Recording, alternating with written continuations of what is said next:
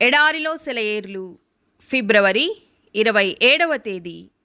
ప్రభువా దేవా సర్వాధికారి, నీ క్రియలు ఘనమైనవి, ఆశ్చర్యమైనవి. యుగములకు రాజా, నీ మార్గములు న్యాయములను సత్యములునై ఉన్నవి. ప్రకటన గ్రంథము 15వ అధ్యాయము 3వ వచనం.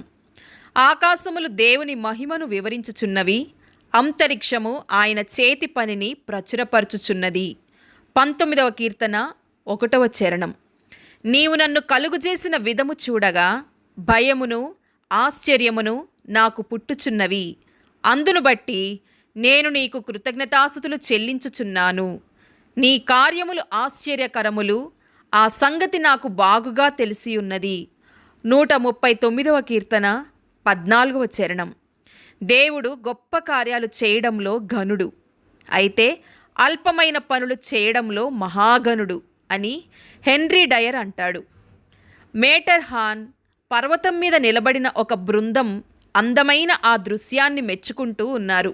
అంతలోనే ఒక పెద్ద ఆయన తన జేబులో ఉన్న మైక్రోస్కోప్ను బయటికి తీసి ఒక ఈగను పట్టుకొని దాన్ని గ్లాసు కింద పెట్టాడు.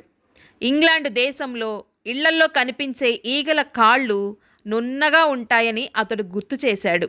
ఆ తరువాత ఈ చిన్న ఈగ కాళ్లను చూడమన్నాడు. వాటి చుట్టూ వెంట్రుకలు దట్టంగా ఉన్నాయి.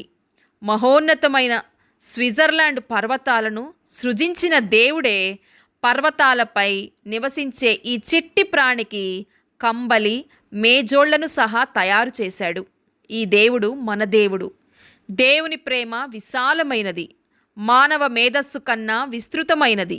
అనంతుని హృదయం అద్భుతంగా మహాదయాలవు. బైబిల్ అంతటా గమనిస్తే చిన్న విషయాల పట్ల అద్భుతమైన శ్రద్ధ కనిపిస్తుంది. దేవుడు వాటిని గమనించడం, వాటిని అర్థవంతమైన పరిపూర్ణతలోనికి తీసుకురావడం కనిపిస్తుంది. నా కన్నీటిని తన కవిలలో దాచును. అది క్లుప్తంగా చెప్పడం అంటే వారి అడుగులు జారవు. తన ప్రజలు వేసే ప్రతి అడుగును ఆయన లెక్కించాడా అన్నట్టు. వారిలో ఒకడు ఇలా అన్నాడు, నేను కూర్చుండుట, నేను లేచుట నీకు తెలియను. వెనుకను ముందును నీవు నన్ను ఆవరించి ఉన్నావు. దేవుడి మాటలను దీవించునుగాక. ఆమెన్.